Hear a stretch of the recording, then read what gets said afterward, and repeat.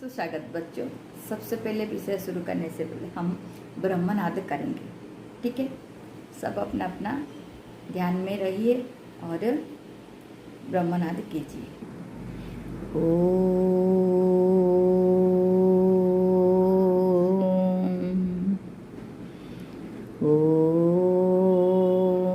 शांति शांति शांति।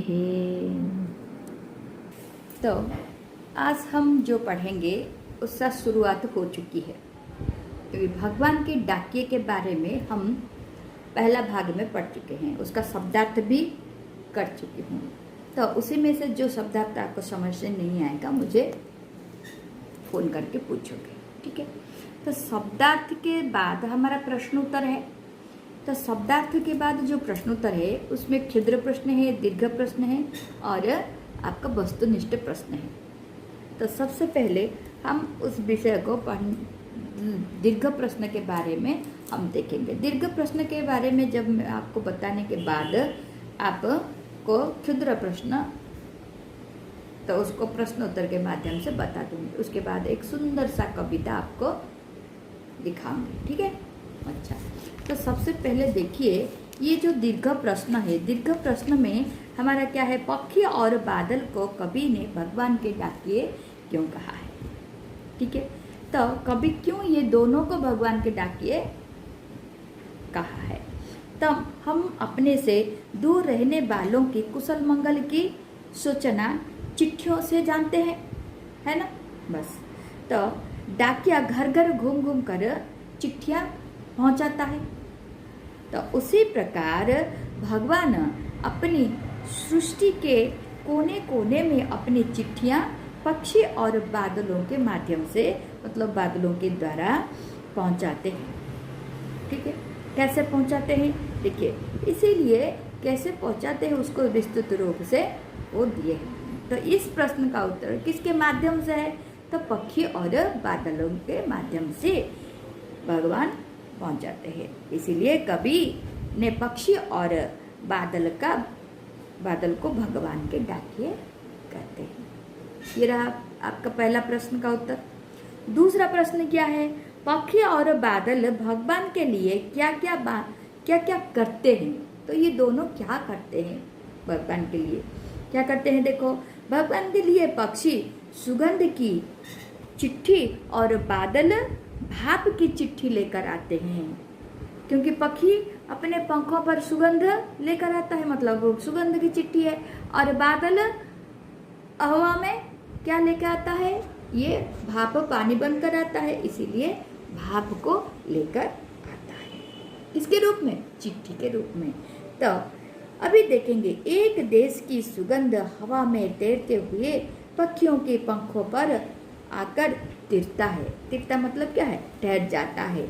हवा से पक्षियों के पंखों पर आकर ये सुगंध ठहर जाता है, तिरते है। और ये तिरते हुए पक्षियों की पंखों पर आकर तिरता है कौन, सुगंध। फिर पक्षी उसे दूसरे देश में पहुंचाते हैं। बादल क्या करता है, बादल एक देश का भाप लेकर दूसरे देश में पानी बनकर बरसता है। तो इसीलिए दोनों क्या करते हैं, अपना अपना काम करते हैं। किसके, भगवान के, किसके माध्यम से, चिट्ठी के माध्यम से।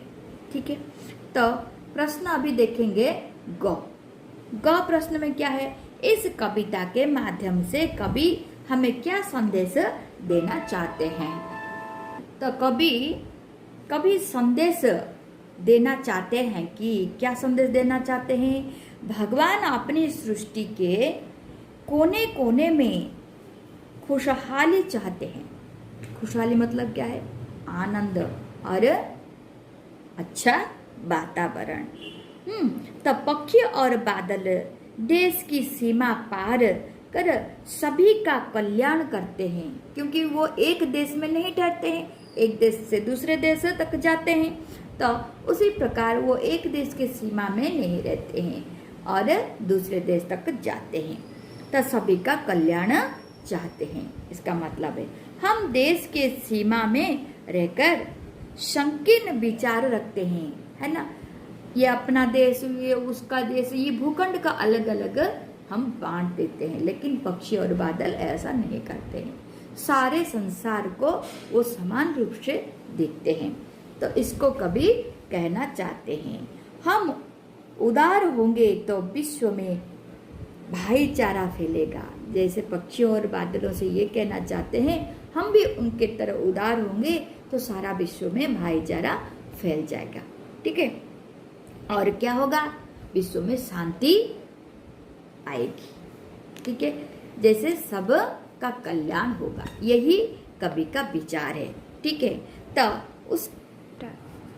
तो अभी हम देखेंगे ये जो है विषय, इसके अनुसार दूसरा जो प्रश्न दिया गया है, दूसरा प्रश्न क्या है। दूसरा प्रश्न है, निम्नलिखित पदों के अर्थ समझाइए। अर्थात ये जो कविता है, कविता का अर्थ समझाने के लिए कहा गया है। ये भी हमारा दीर्घ प्रश्न में भी आते हैं। कैसे है, देखो ये कह दिया है, मगर उनकी लाई चिट्ठियाँ पेड़ पौधे पानी और पहाड़ बाँचते हैं। उनकी जो चिट्ठियाँ है वो पेड़ पौधे पानी पहाड़ बाँचते हैं। बाँचते मतलब क्या है, पढ़ पाते हैं।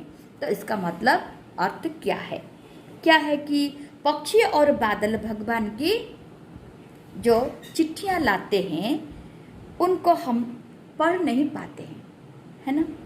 लेकिन ये चिट्ठी कौन पढ़ पाते हैं, उनके पेड़ पौधे पानी पहाड़, हाँ, ये सब पढ़ पाते हैं, समझ भी पाते हैं। अर्थात प्रकृति के तत्वों में उदार विचार होने के कारण ये भगवान के डाकिये जो है, भगवान के लाए हुए चिट्ठियों को पढ़ पाते हैं।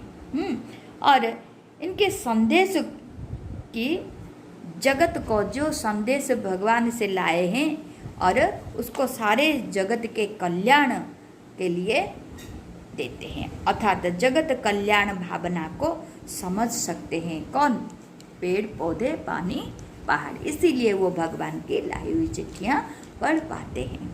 ठीक है, अच्छा दूसरा जो है, देखिए दूसरा ये है हमारा खौ। और एक देश का भाप दूसरे देश में पानी बनकर गिरता है। एक देश का भाप दूसरे देश में पानी बनकर गिर जाता है। कैसे, बादल भगवान का डाकिया है, पक्षी जैसे है, बादल भी भगवान का डाकिया है। तो वह एक देश का भाप लेकर दूसरे देश में चला जाता है और वहाँ पानी बनकर बरसता है। वह परोपकार करना चाहता है, सभी को जीवन दान देना चाहता है। कौन, पानी, बादल बनकर जाता है, पानी बनकर बरसता है, इसका मतलब सबको जीवन दान देना वो चाहता है। वो फिर क्या चाहता है, सभी को जीवन दान तो देना भी चाहता है और सभी देशों को समान मानता है। वो ये अपना देश वो पराया देश ऐसा कुछ नहीं है, उनके पास सारे देश समान है। इसीलिए एक देश से दूसरे देश तक वो भाव बनकर जाता है। वो अपना पराया भाव नहीं रखता है और सभी का कल्याण वो भी चाहता है। मतलब बादल भी सभी का कल्याण चाहता है, इसीलिए एक देश से दूसरे देश तक वो भाव बनकर जाता है, पानी बनकर बरसता है। ठीक है, हो गया। तो अभी हमारा जो है ये क्षुद्र प्रश्न है। क्षुद्र प्रश्न में देखो, प्रश्न नंबर 3 देखिए। तो 1 या 2 वाक्यों में उत्तर दीजिए। कैसे है, भगवान के डाकिये कहाँ से कहाँ तक जाते हैं, कहाँ से कहाँ तक जाते हैं, हाँ, एक देश से दूसरे देश तक जाते हैं, मतलब एक महादेश से दूसरे महादेश तक जाते हैं। ठीक है, फिर ख, हम क्या आंकते हैं, हम एक देश की धरती दूसरे देश को सुगंध बेचती है। हाँ, सुगंध क्या करती है, भेजती है। तो फिर गौ, सौरभ कहाँ तिरता है, सौरभ कहाँ तिरता है, पंखियों के पंखों पर तिरता है, अर्थात बैठता है। सौरभ अर्थात तो सुगंध, पंखियों के पंखों पर तिरता है मतलब बैठता है, जिसके कारण पंखी एक देश से दूसरे देश तक उड़ उड़ कर जाकर अपना सुगंध फैला सकता है। लेकिन इधर सिर्फ उत्तर होगा, पंखियों के पंखों पर तिरता है। फिर घ, एक देश का भाप दूसरे देश में क्या बनकर गिरता है? क्या बनकर गिरता है? पानी बनकर गिरता है। फिर प्रश्न आ गया 4, एक शब्द में उत्तर दीजिए। वो हो गया एक वाक्य में, और अभी एक शब्द में उत्तर देना है। पक्षियों के अलावा भगवान के डाकिया और कौन है? पक्षियों के अलावा भगवान के डाकिए बादल है। फिर पेड़ पौधे पानी क्या बाँचते हैं? क्या बाँचते हैं? चिट्ठियाँ बाँचते हैं। फिर भाप जमीन पर क्या बनकर गिरता है? भाप जमीन पर क्या बनकर गिरता है? पानी बनकर गिरता है। पक्षी और बादल ये भगवान के डाकिए हैं जो एक महादेश से दूसरे महादेश को जाते हैं। हम तो समझ नहीं पाते हैं, मगर उनकी लाई चिट्ठियां पेड़ पौधे पानी और पहाड़ बाँचते हैं। इस भाग का प्रसंग इस तरह से है। प्रस्तुत पंक्तियां हमारी पाठ्य पुस्तक वसंत भाग 3 में संकलित कविता भगवान के डाकिए से अवतरित है। इसके रचयिता राष्ट्र कवि श्री रामधारी सिंह दिनकर जी हैं और वे कवि पक्षी और बादलों को भगवान के डाकिए बताते हैं। व्याख्या इस तरह से है। कवि का कहना है कि पक्षी और बादल भगवान के संदेश को हम तक पहुंचाने वाले डाकिए हैं। हम सामान्य जन तो उनकी लाई चिट्ठियों को नहीं समझ पाते हैं, पर उन्हें पौधे पानी और पहाड़ भली प्रकार पढ़ लेते हैं। एक देश की भाप दूसरे देश में पानी बनकर बरसती है। प्रकृति के लिए सीमाओं का बंधन नहीं होता। इस भाग की विशेष बात है, प्रकृति को संदेशवाहक के रूप में प्रस्तुत किया गया है, और दूसरे पेड़ पौधे पानी पहाड़ में प वर्ण की आवृत्ति के कारण अनुप्रास अलंकार भी है। कविता का दूसरा भाग है। हम तो केवल यह आंकते हैं कि एक देश की धरती दूसरे देश को सुगंध भेजती है, और यह सौरभ हवा में तैरते हुए पक्षियों की पांखों पर तैरता है, और एक देश का भाप दूसरे देश में पानी बनकर गिरता है। इस भाग का प्रसंग इस तरह से है। प्रस्तुत काव्यांश रामधारी सिंह दिनकर की कविता भगवान के डाकिए से अवतरित है, और इस कविता में कवि ने पक्षी और बादल को भगवान के डाकिए बताया है। इस भाग की व्याख्या है।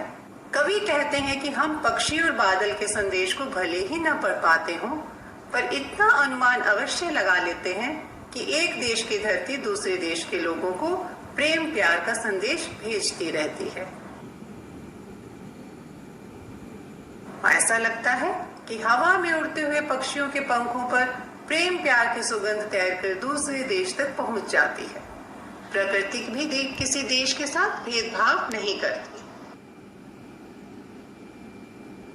वह भौगोलिक बंधनों को भी स्वीकार नहीं करती।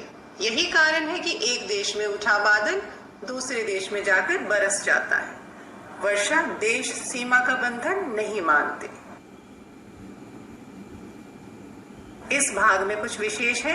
कवि प्रकृति के निष्पक्ष रूप का वर्णन करता है, और दूसरा पक्षियों की पांखों पर में अनुप्रास अलंकार की छटा है। इस कविता से कुछ प्रश्नोत्तर हैं।